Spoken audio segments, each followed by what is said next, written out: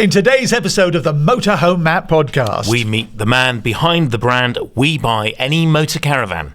In the news, the Norfolk show is just around the corner and up a bit to the east of England. A bit pixelated up there. And we answer your questions on attaching a spare wheel externally, maximum motorhome values for insurance, and why island beds are named incorrectly.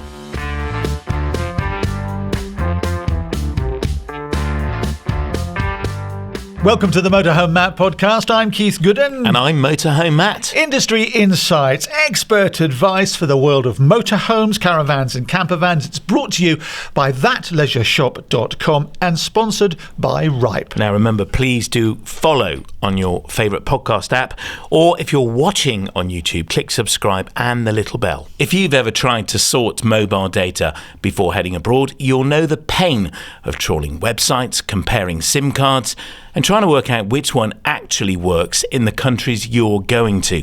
It's a minefield. And every provider promises Europe-wide coverage. That's until you hit the small print. Exactly, and that's why we've partnered with Saily. It's an eSIM app, so no plastic SIM cards, no shipping and no faff.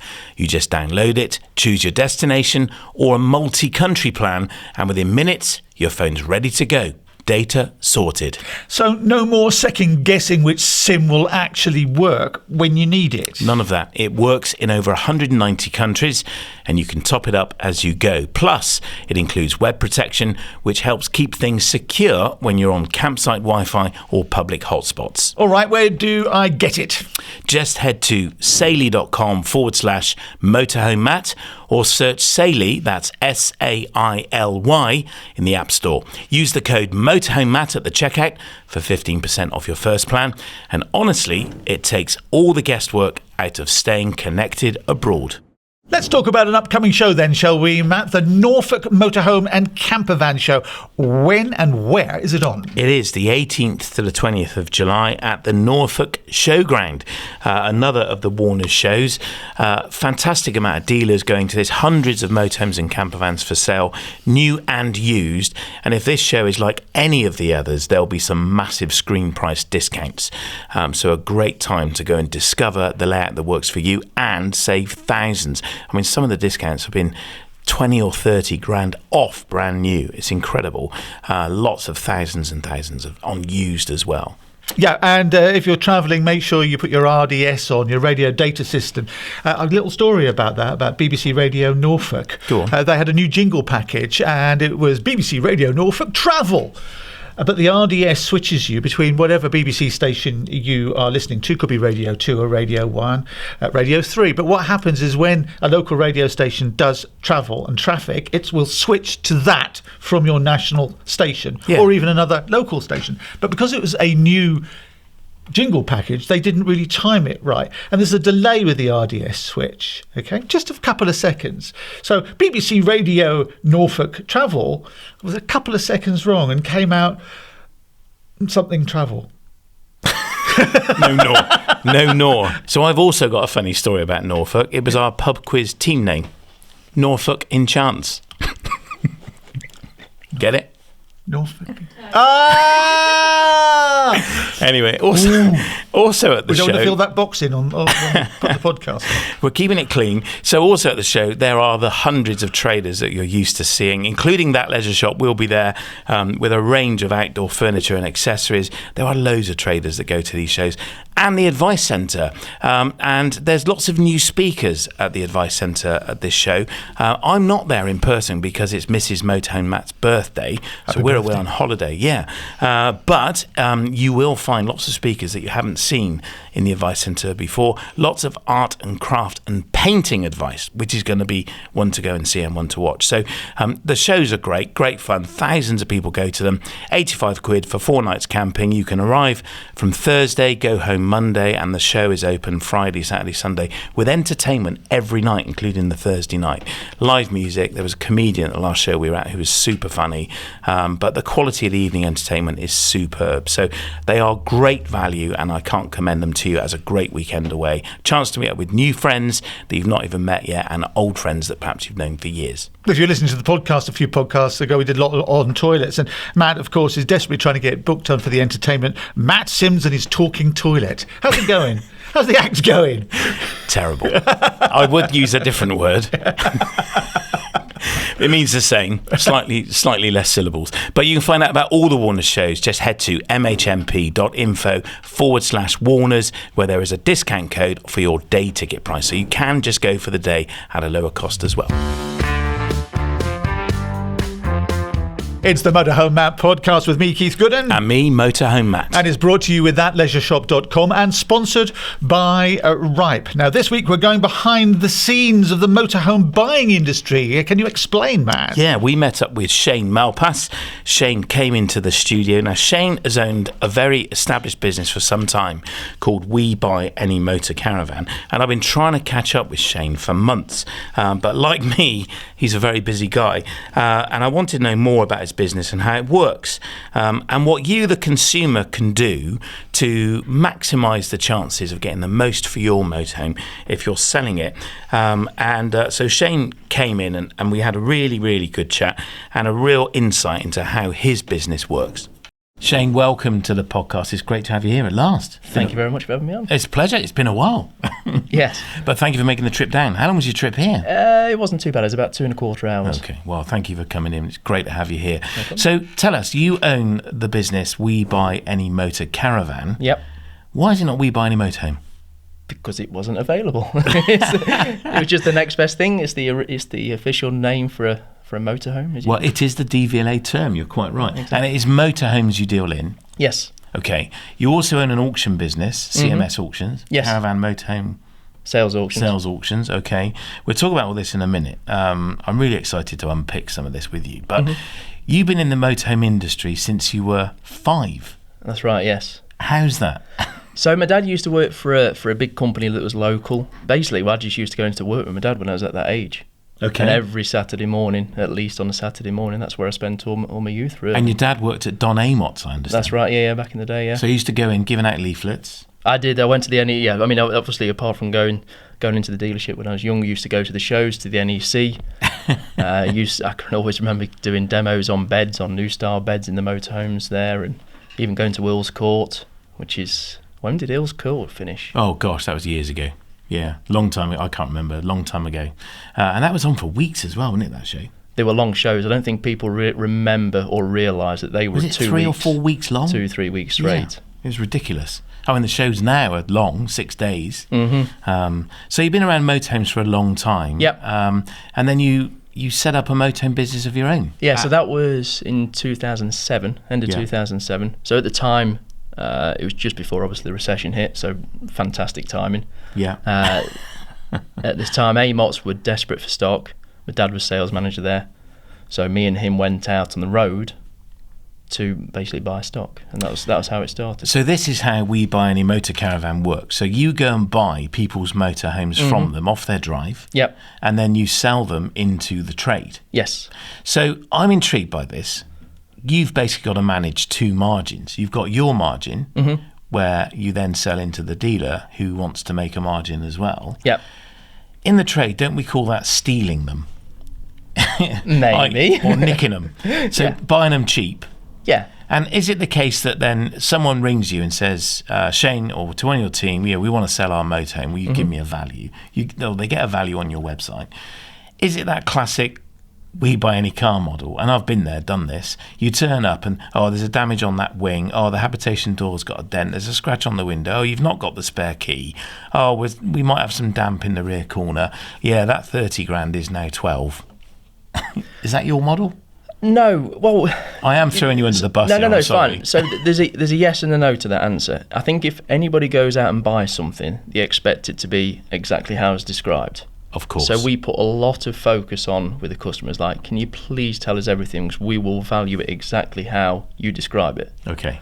But if we come out and it needs £1,000 new bumper, or it needs XXX and X, then we're going to have to either walk away, which we'll happily do, right, or we might have to readjust. There's no pressure either way. So your advice to a seller is be honest. 100%. But how do you work then when making two margins? I mean, I sell motorhomes here as a used motorhome sales dealer, and often we do a lot of brokerage. So we say to the owner, look, give it to us, we'll sell it. We're going to return you a fixed price. We're going to advertise it at a higher price. The difference is our margin. You want to do that twice. How are you pulling that off? I mean, what margin we're going to end up making is a complete gamble, because obviously it goes to a dealer auction as such. But the way that we do it, which differentiates us to anybody else, and you can see this in other entries in the auctions as well, is that we do a full walk around video. We do full damp reports, checks, check the engine. We do all these little things, so when the dealer ends up buying it from us, they are very, very confident in what they're buying. Right. Okay, so you're selling them in auction. Yes. So a trade auction. Yeah. And you're wrapping it up in cotton wool with reports and some assurity for the dealer that's buying it. So are you saying then the dealer's prepared to pay a bit more? Yes. So we compete. We still compete with dealer prices. Yeah. We still offer the same sort of prices the dealers do. The only difference is you've got to imagine, I mean, you'll probably appreciate this, to get people out on the road every day collecting, people haven't got the resources, especially the smaller companies. So we do that for them. Gotcha. And because of that, they're willing to pay a bit more. Right. Okay. So you're adding value. Yes. By taking away the hassle for the dealer. Yep. So that doesn't mean then that the seller is having to take a lower price. They're actually probably going to get the same price as a dealer might offer them. Yeah. Exactly. I get it. Interesting. And fascinating. And obviously with motorhomes, there's different dealers see things at different prices as well. So that's where we tend to come up strong, because we have a dealer for everything. Yes. Okay. It's all about your network, isn't it? Yeah. Which, of course, you've been building since you were 5. Yes. And how many motorhomes do you sell a year, do you think? Do you know? It goes up every year. To give you an idea, in May just gone, we sold 113. Just in May? Yes. Wow. And you're doing that consistently through the year? Yeah. May was our record month. So over 1,000 a year? Yeah, it will be about that this year. Wow. That's impressive, Shane. Very good. And so let's talk about COVID. Let's get that little segment of our lives out of the way, because this period had a massive impact on our industry. And I don't want to deep dive into that. We know what impact it had. Fundamentally, prices went through the roof. Availability went through the floor. Demand went through the roof. What impact did it have on your business? For us, and this isn't the same for everybody, but for us, it was the best thing that ever happened to us. Okay. For multiple reasons. One, because the government-backed loan schemes that came out, which meant we could get, I can't remember the exact figure, we probably got 300,000, 400,000 in government-backed loans, which would never have been able to get before. And obviously in this business, motorhomes are tens of thousands. Yes. And you need that money in the bank to be able to go and buy them. Well, that's actually only 10 motorhomes, isn't it? Yeah, exactly. So we could all of a sudden at least double the stock carry. Yeah. And that was just huge for us. And then obviously the demand went through. So you were then selling them really quickly. Yeah. And almost flipping them and going again. Yeah. Yeah. So suddenly became very profitable, I assume. Yes. Oh, it was just a different level. We could just buy and sell more. We always knew that if we had the money to be able to buy more, we could sell them out the other side. It was just getting that money in the first place, and obviously from there it snowballed. So 5 years on then, from 2020. Yeah. Post-pandemic, 4.5 years later, where is your business now? It's obviously grown and scaled, but are you finding the same demand? Yes. So I'm going to be honest, in December this just gone, which was obviously 24, I was rather concerned about the market going into this year, because don't think the dealers had the best time last year. For the first 5 months it rained for a start, which I think put a lot of people off. So come June, July, the prices dropped. We found they dropped considerably, demand dropped. But then this year has been very, very good. So 2025 has been a good year? Yes. I spoke to somebody else this morning. Best year they've had. So I constantly hear the rhetoric from dealers that we're overstocked, we've got too much stock. I see dealers that are selling brand new marks, so brands, into non-franchise dealers who have then suddenly got brand new unregistered motorhomes, but they're not a dealer for that mark, which then upsets the rest of the dealer network.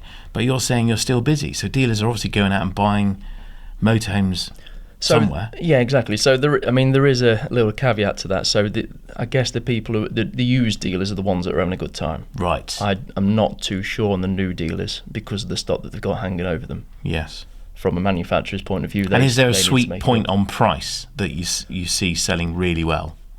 60 grand absolute top end, probably under 50. Okay. and that buys you now a 30-year-old motorhome. Yeah. Almost. Yeah. And that's the big difference, isn't it? Yeah. 40 grand doesn't get you anything like it used to. I mean, it will buy you a lovely motorhome, but it's going to be a few years older than it would have been comparatively in 2018. Yeah, you're probably buying the similar sort of motorhome age-wise.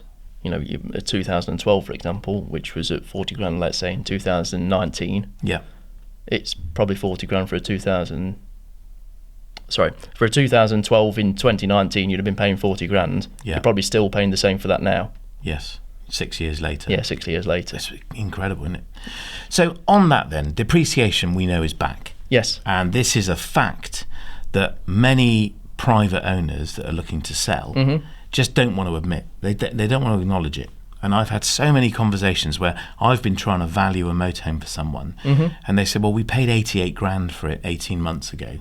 And I said, well, you can buy that same motorhome now, brand new, for 72. And that puts yours at probably low 60s at best. So they're losing an awful lot of money. And they go, well, we can't afford to lose that. We want our money back. Yeah. So, well, that's not going to happen. Are you finding that's your experience as well? How do you deal with that? With trying to educate people on the true market value of their motorhome now? That sort of price range is probably our weak point at the moment. So we're not buying that many of the nearly new ones. And when I say the nearly new ones, I mean like the last of the old cab Fiats and Peugeots now, which went out in October last year. The new cabs came out. The new cabs are doing well. Right. Are not being discounted massively, but it's the old style Fiat, the 2024 model, which are being discounted heavily, and some of the and they're lingering, ones. Aren't they? They're lingering around. Yeah. There's still. I saw I think it was Burstner, the Ixios or the Lizio, I forget which model it was, and I'm sure that was a 2022 on the forecourt not too long ago. What, brand new? Brand new, unregistered. Wow. So they're still lingering around, but the new Fiats are doing well still. Okay, but you're not in that market. We are a little bit, but it's got to be the right price, because as if you're buying a 2024 unregistered and they've got £20,000 off them, let's say they're starting at 60, they're now 40 for argument's sake, you're not going to be able to retail one anywhere near that 40 grand, because you might as well just go and buy a brand new one. Exactly, and this is the challenge, isn't it, for 2-year-old motorhomes right now. I've seen this at the shows. I've done some pieces with Peter Vaughan, come out about live, and we walk around looking at discounts on new. There's massive discounts out there. It's a brilliant time to buy a brand new motorhome, and you can save a significant sum, 15 or even 20k off the new screen price. If you've got a motorhome that's a year or two old, it's really difficult to sell at a reasonable market value, because, as you say, well, for the same money I can get into a brand new one. Exactly. Yeah. So what age are you, for people listening, what age is your sweet spot?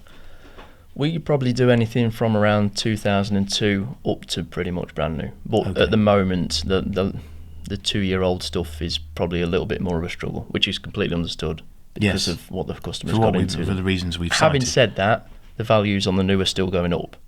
Okay. So it will still keep up a little bit.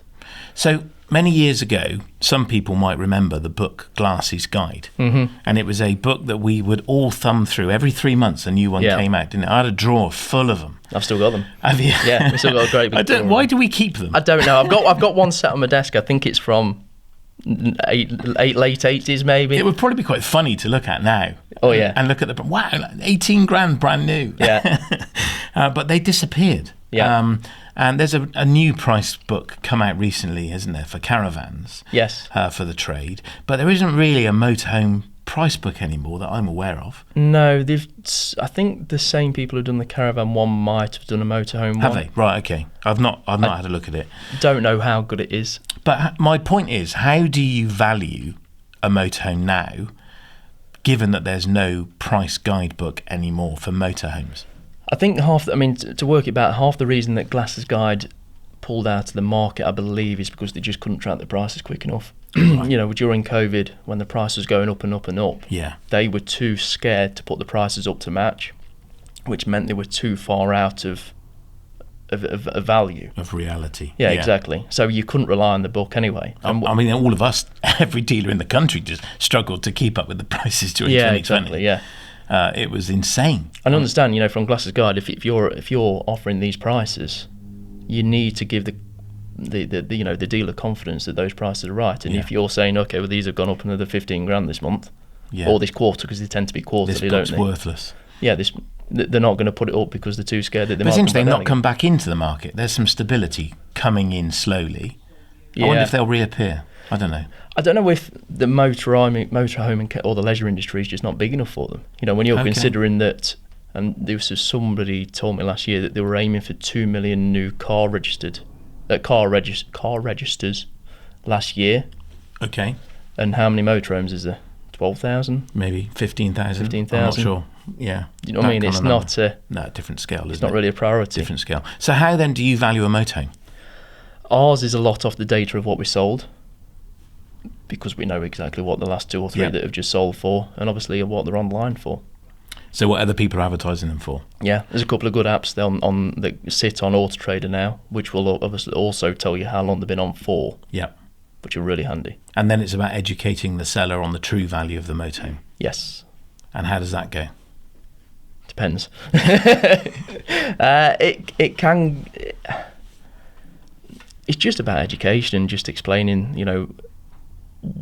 It's all on their scenario. What's driving them to sell at the end of the day? Yeah. Because there's so many different scenarios. From, unfortunately, there might be a bereavement, or we've had ones where they bought it, the dog doesn't like it. Well, they're never going to go away in it, and that's half the reason they bought it. So it depends what they want to do, and then if they want to try and sell it privately, if they got the time or the patience or the confidence to do that. Do they want another one? They're going to part exchange it. There's just so many variables to it. Yes. And your expertise where it comes to the fore, isn't it? Is in giving a true value. And as you say, you're prepared to walk away. Yeah. Yeah.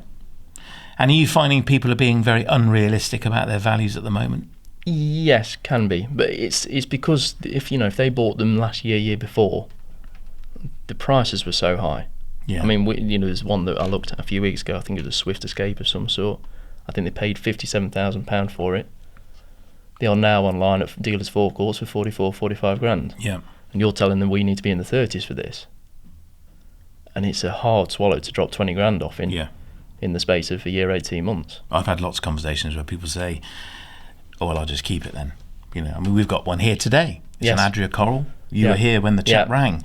And we haven't sold it. We've had it for months. Mm-hmm. And I've said to him, look, it's too expensive. It needs to be 4 or 5 grand lower than this. He said, well, it's just, I'd rather not sell it. I'd rather enjoy it again for another summer. So he's picking it up this morning and having it back, which is unfortunate for us, unfortunate for him.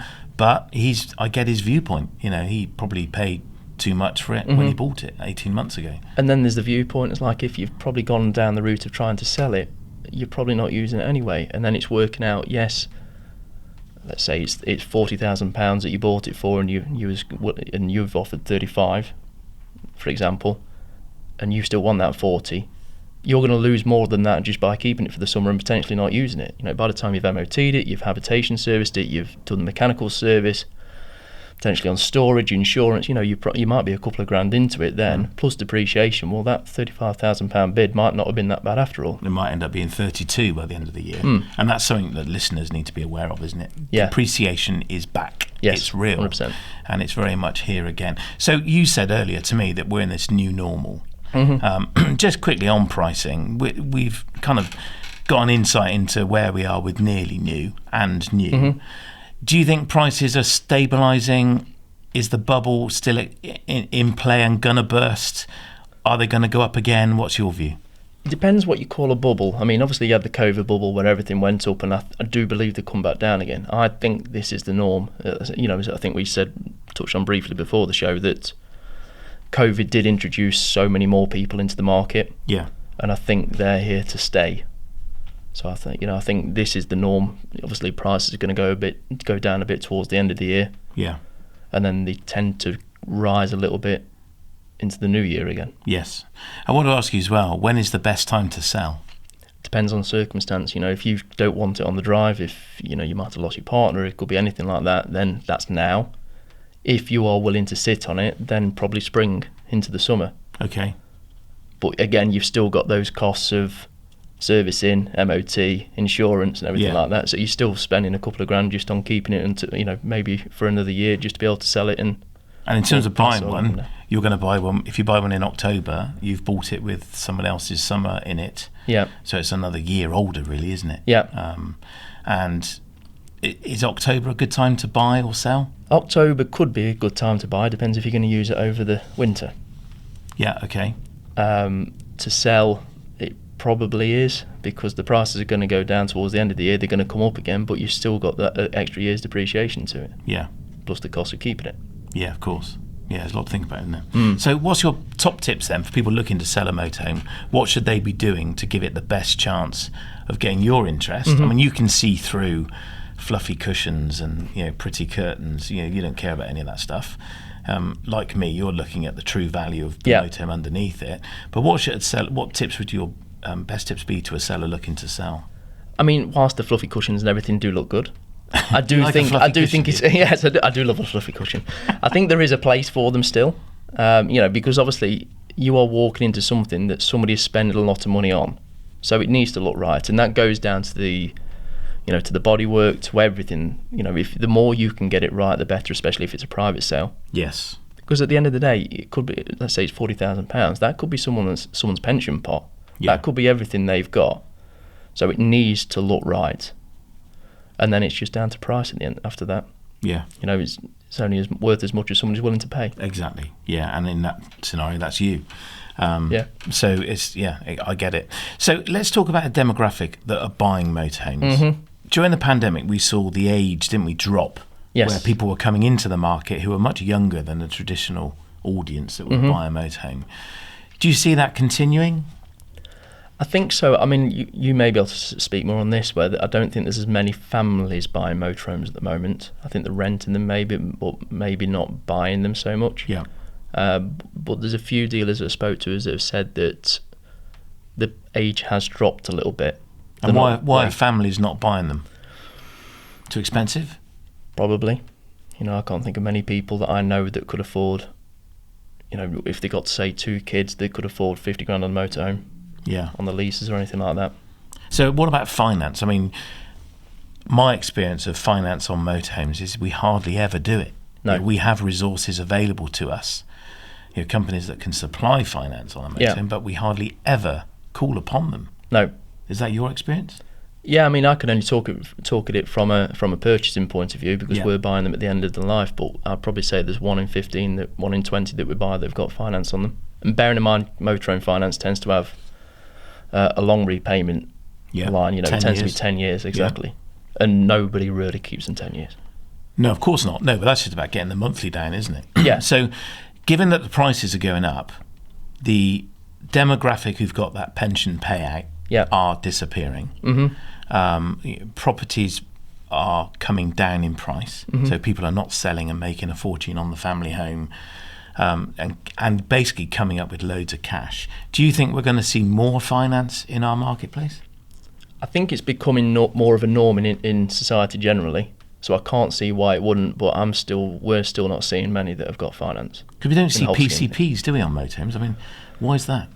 They threatened them a few times, but Blackpool's had a go. Yeah, but I think that obviously with PCP, you're relying on what the value is going to be in X amount of years when it comes to the end of that agreement. And of course, without a glasses guide, it's really hard for a finance house. Exactly, but without our expertise and insight on the market to look at it and go, well, it's going to be worth 30 grand in 7 years' time. So we'll underpin this and have a 34 grand bubble. Yeah, I mean, if you bought something in, say, 2019, and let's say it's £50,000, and the finance company expected it to be 20, it was probably going to be 40. Yeah. So they'd have won in that circumstance, but going out of it the other end now, it's risky, isn't it? Yeah. And finance companies do not like risk. No. So, Shane, just to wrap up, because it's been great to get your insight, it really has. What do you think is our future for the next 5 years? Let's go up to 2030. So we've got this electrification thing happening. Yeah. Which it's a huge topic in its own, and perhaps we can revisit that another time. But where do you think the motorhome industry is going over the next 5 years? I do think it's going to continue as it is. My only thing from a dealer point of view that could ruin that is just if we have a bad start to the year weather-wise, because that's what happened last year. Yeah. But generally, I think it's good to go for a long time now. I've got a lot of confidence that the way that this year's been for most dealers, obviously apart from the ones that have got overstock on new, has been very, very good. Reports back. So you think we're still booming? Yes. Despite the prices, despite the challenges? As long as the motorhomes are in that price point, I think you're fine. Yeah. It's just going back to exactly what is it in 2019. The dealers that did well, that had that sweet spot of say up to 55 grand-ish, they were the ones that were doing really well, and that's the ones that continue to do well now. Brilliant. Well, there you go. You heard it here. So I'm really happy with it. Good stuff. So you're in the market for a while longer. Mm-hmm. Good for you. So where can people find out more about your business and maybe contact you if they're thinking of selling? Yeah, so our website is webuyanymotorcaravan.com. Nice and easy. Easy. It takes you about 5 minutes to type it out, but you'll get there eventually. And then on the other side is caravanandmotorhomesales.co.uk for the auctions. Yeah. So you'll value it over the phone or on the website. Yep. And then you'll send somebody to their house to come and look at it. Yep. Wherever they are in the country. Yep. Fantastic. And then how does the payment work? Faster payment, so it's an instant payment. Instant payment online. Yep. Secure. Yes, secure. As soon as the customers check that it's there, that's when we take it away, but we never take it away without that. Because it wouldn't be fair. Of course not. No, dead easy. Well, Shane, it's been great to have you. Thank you for coming in. I hope we can do it again, because there's so much more we could talk about. Mm-hmm. And perhaps we'll come back and do another one together sometime. Yep, sounds good. Thank you. Thank you very much. That's Shane Malpass, the Managing Director at We Buy Any Motorcaravan. So, Matt, it's another great insight behind the scenes. And is this the new normal? Yeah, I think Shane and I both agree we are in a new normal. And like me, Shane has seen the ups and downs of our trading landscape for years, and it was great to get his honest opinion. Thank you, Shane. We do appreciate that, and thank you for making the effort to come down to the studio, a fair old drive, and sharing his insights and thoughts with me. It's the Motorhome Matt Podcast with me, Keith Gooden. And me, Motorhome Matt. It's brought to you with thatleisureshop.com and sponsored by Ripe. Now, it's our Q&A, our questions and answers. You ask the questions, and Matt, the expert, as he does every week, will give you the answer. The thing is, though, if he doesn't know, and he knows most things, but if he doesn't know, he'll ask somebody who does. Stuart Tong got in touch. Hi, guys. Really love the podcast very much. And it's really great. So I've got a question for Matt. Basically, we've got a new Mercedes Sprinter that's been converted by Coach Built UK, and they've done an amazing job. But what we haven't got a spare wheel. So I wanted one that could fit on the back of the van. And I was wondering where do you think I could go for that? And what's the best way to fit one? Thanks both. Bye. Cheers, Stu.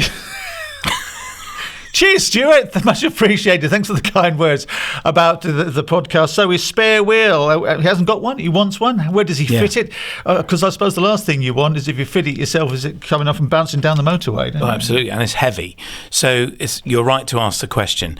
I would suggest getting a wheel bracket that mounts onto the door hinges rather than onto the door itself.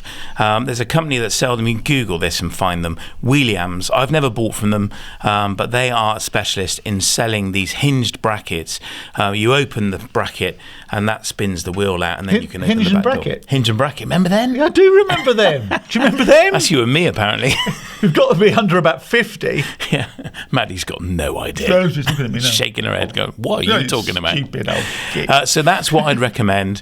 You're looking at £200 to £400, and pretty simple to fit. I think they will fit them for you. If not, Kate and the team at Coach Built, I'm sure, would put it on for you. Now, we've had lots of feedback saying Ripe's cover is great, but their maximum value is too low. They do sponsor the podcast, and we thank them very much for that. Without them, we wouldn't be here. But that is fair comment, isn't it, Matt? Yeah, it is. £100,000 is the ceiling. If you've got something which is more money than that, you want to insure the difference, don't you? Yeah, and it's quite common for insurers to only cover up to £100,000. Yeah, Leanne Arnold got in touch with us and said, sadly, Ripe doesn't insure motorhomes over 100,000, as did Peter Lethbridge. Yeah, he said Shane Wright won't insure vans over 100k. But we have some great news. Ripe have increased their maximum cover value from £100,000 to £120,000 for motorhomes and campervans. Okay, then. You say it time and again, don't you? Right, listen to customer feedback and changes in the market, and they're continually adapting to make their offering even better. But you guys told us what you want. You got in touch with the podcast. We fed it back to Ripe, and it appears that they've listened. They certainly have, and I take my hat off to Ripe. They're constantly trying to improve their offer, and customer feedback is critical, and they do listen to you, and they do listen to me passing the comments back, and we are constantly doing this with them. So we have a really great open door for communication with them, and I take my hat off to them for listening and increasing this maximum value. We could still do with it being a bit higher, so Ripe, keep up the pressure on your underwriter, because it's easy to spend 200k plus on a motorhome, but that 20k increase is going to massively help lots of people. So remember, you can get 15% off your insurance premium by using the code Motorhome Matt over the phone, or simply click the link in the description. Nigel Bailey's in Kidsgrove. Hello, chaps. Something that's bugged him over the years is manufacturers referring to a double bed that has access on both sides in a motorhome as an island bed. He says when he was at school, when Nelson was also a lad, an island had water all the way around it, like the Isle of Man. The bed they refer to should surely be a peninsular bed, like the Wirral Peninsula, fixed at one end, or like Cornwall. That's a peninsula, isn't it? Yeah. He says, sorry, it just bugs me. I absolutely agree with you, Nigel. I have said this for about 20 years, since the island bed layout came out and became really popular. I say it's not an island, it's a peninsula. It's attached at the back of the motorhome. So yeah, I'm with you, and I love this nerdy criticism of this description. But I guess probably island is easier to spell than peninsula. Eyeland. Yeah, okay. I've solved it. Don't worry, Nigel. For you and for Matt, from now on we're going to call them sticky out beds. You leave your sticky out bits out of this. Not bits, bed. Oh, sorry. Right, okay. It's an island bed. Let's stick with that. Okay, then. How do people get in touch? We would love it if you did. Your question is probably shared by hundreds, if not more, of people. So please do ask it. Head to mhmp.info/ask Matt. If you record it, click the orange button. You can listen to it back before you send it. Please tell us where in the world you are, or you can fill in the form and we'll read it for you. Or you can leave a review at MHMP. It's Motorhome Matt Podcast, you see. mhmp.info/review. And if people are YouTubing, what should they do? Click subscribe and the little bell. And if you're following on a podcast app, make sure you click follow.